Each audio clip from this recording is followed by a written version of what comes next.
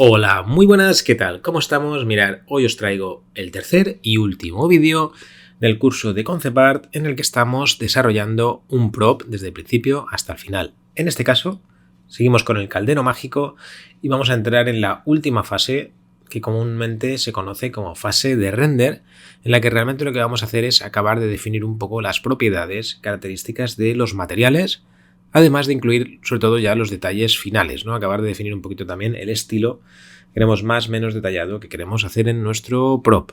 ¿Vale? Fijaros, aquí es básicamente lo que estoy trabajando, es sobre todo la madera. La madera, lo que hago es destacarle un poco las vetas, por ejemplo, sería una buena característica. En la roca, por ejemplo, destaco únicamente luces y sombras, teniendo en cuenta siempre la iluminación global con la que hemos empezado a trabajar nuestro objeto.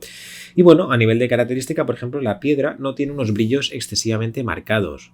Por ejemplo, no hace falta que lleguemos a un nivel muy alto de luces, como sí que podríamos hacer en este caso con la zona esta más metálica, dependiendo un poco también de cómo de pulido sea este metal.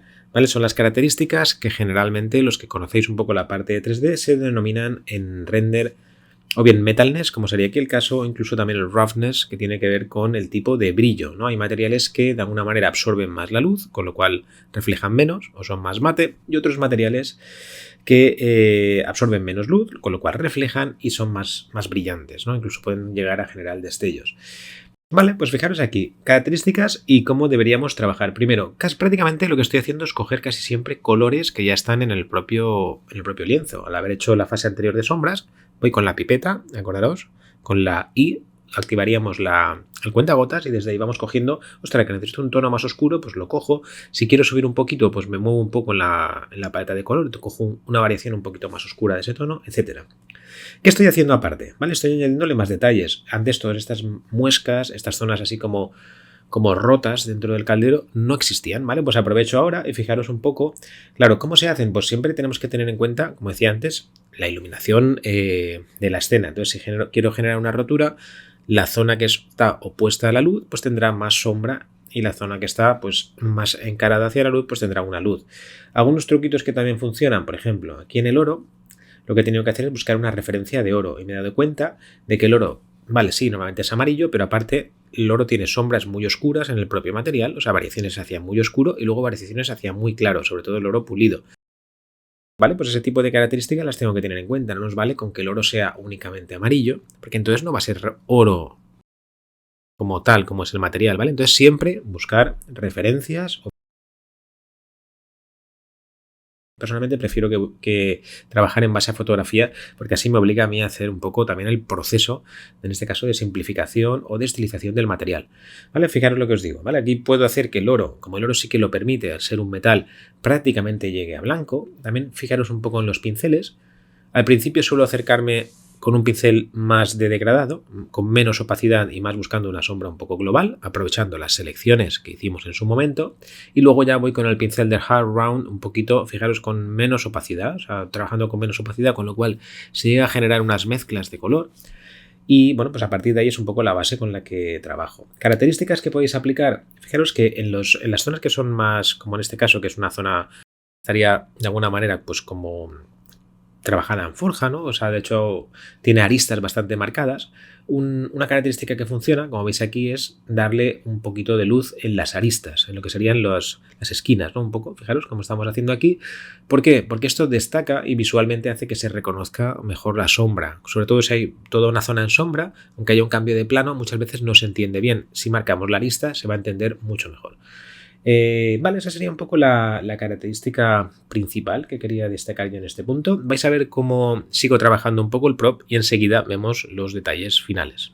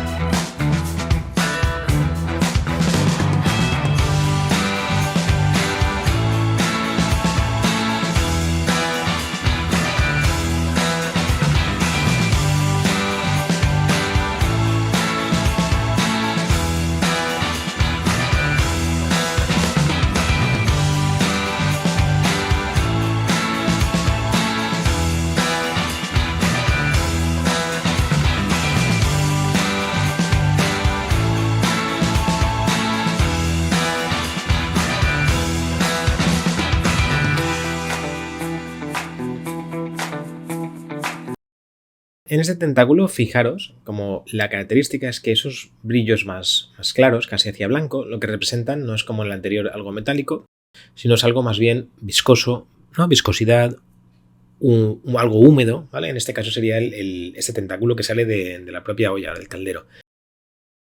Más características que podemos tener en cuenta, fijaros, aparte de alguna variación cromática, voy añadiendo, marcando un poquito más las sombras, las luces. Al final lo que hacemos es igualar un poco luces y sombras en todos los elementos que constituyen, ¿no? Porque hay diferentes materiales, diferentes elementos. Y en este caso, además, le voy a incorporar un poquito de textura. Lo he hecho con un modo de fusión, en este caso superponer sobre la propia pieza. A partir de aquí, básicamente es un juego de ir añadiendo, ya os digo, pequeños detalles.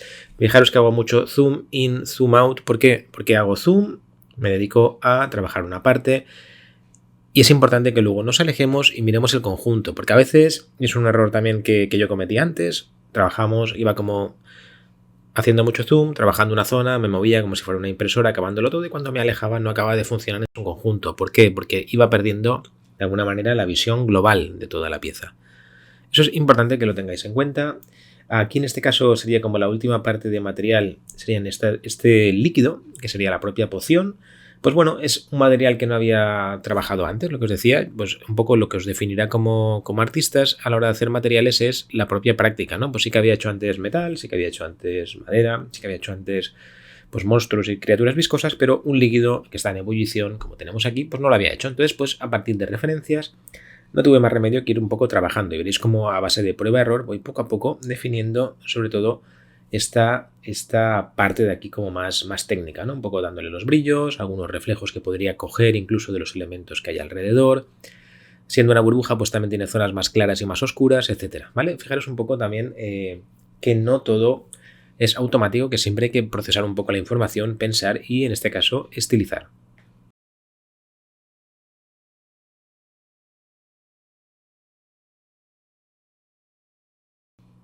¿Ves? Un poco, y aquí queda bastante resuelto, un poco dónde colocamos las luces, dónde colocamos las sombras, algunos detalles finales. Y con esto prácticamente ya tendríamos un juego también a veces de reflejos, de qué reflejo generaría una parte sobre otra, y así tendríamos un poco todo. ¿Qué estoy haciendo aquí ahora? Pues fijaros, jugando un poquito con modo de fusión de capa, puedo hacer que esta zona del líquido, pues de alguna manera integre o genere como una pequeña atmósfera. Podríamos hacer este efecto también en otros casos para definir pues, efectos mágicos de fuego, de iluminaciones externas, ¿vale? Lo puedo trabajar también de manera aparte. Por lo demás, espero que os haya gustado el vídeo. Si os ha gustado, como siempre, darle like, suscribiros, no dudéis en dejar cualquier pregunta en los comentarios, no dejéis de dibujar y nos vemos en la próxima. ¡Hasta luego!